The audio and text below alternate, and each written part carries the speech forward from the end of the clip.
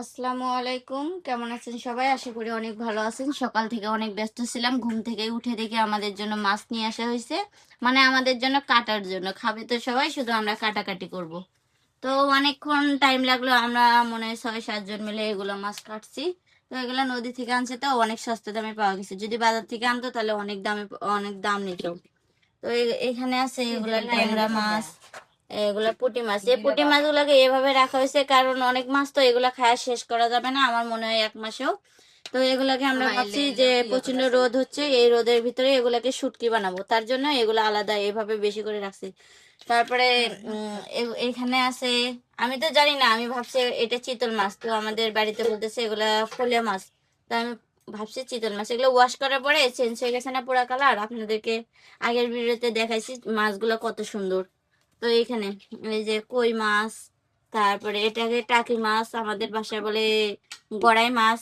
তো এই যে কালবাউস, অনেক পদের মাছ মনে করেন, এমনও মাছ আছে যেগুলোর নাম আমরা জানি না। সব থেকে সুন্দর লাগতেছে চিংড়ি মাছগুলো। বোঝেনি তো নদীর চিংড়ি কেমন হয়। আর আমাদের এখানে চিংড়ি মাছের যে দাম, বাপরে বাপ, গ্রাম হলে কি হবে, এখানে মাছই পাওয়া যায় না। আর এগুলো আমাদের রান্না করার জন্য রাখা হয়েছে, ওগুলো শুটকি করার জন্য রাখা হয়েছে। তো পুঁটি মাছ দিয়ে রান্না, পুঁটি মাছ দিয়ে ছোট ছোট জলপাই হোক বা তেঁতুল হোক, ওগুলা দিয়ে রান্না করলে কিন্তু অনেক মজা লাগে। কারণ আমাদের এখানে টক দিয়ে মজা লাগে অনেক খেতে, সবাই খাইতে পছন্দ করে। আর এটা হচ্ছে বাইম মাছ, এটা প্রসেসিং এখনো কমপ্লিট হয় নাই।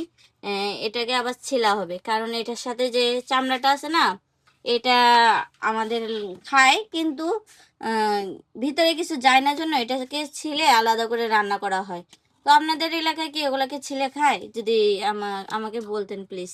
আর আমাদের কিন্তু অনেক মজা লাগে এই মাছটা ছোট মাছ, ছোট ছোট মাছ সব মিশালা করে এই মাছটার সাথে যদি চটচটি করা হয় অনেক মজা লাগে, মানে পুরপুরি। তো আলু দিয়ে, অল্প আলু দিয়ে অনেক মজা লাগে। আর এখানে আপনি বেলে মাছ আছে, বেলে মাছটা তেমন স্বাদ নাই, কিন্তু বেলে মাছটা অনেক উপকারী। তো এই যে চান্দা মাছগুলো আছে, অনেকগুলো চান্দা মাছ আছে। চান্দা মাছ সব থেকে বেশি ভালো লাগে ভর্তা করে খাইতে, কারণ চান্দার যে কাঁটা, বাইরে বাইরে ভাই, এই কাঁটা যদি একবার গলায় বেঁধে তাহলে অবস্থা খারাপ হয়ে যাবে সবার। আমাদের এখানে আমি শুনছিলাম ছোটবেলায় গল্পতে, আগের দিনের মানুষের নাকি চান্দা মাছ খেয়ে খেয়ে গলায় কাঁটা বিনতো। তো এই যে এরকম আরো কুচা মাছ দেখছেন ভিডিওতে, ওটা আলাদা করে রাখা হয়েছে। সব মাছ মাশাল্লাহ অনেক সুন্দর। অনেকেই গ্রামের মাছগুলোকে অনেক মিস করে, যারা শহরে থাকে, বিদেশে থাকে। আমরা তো বিদেশে ছিলাম, তখন এই ধরনের মাছ পাইনি। আমরা ভাবছিলাম যখন আমরা বাড়িতে যাব তখন শুধু এই মাছগুলাই খাবো।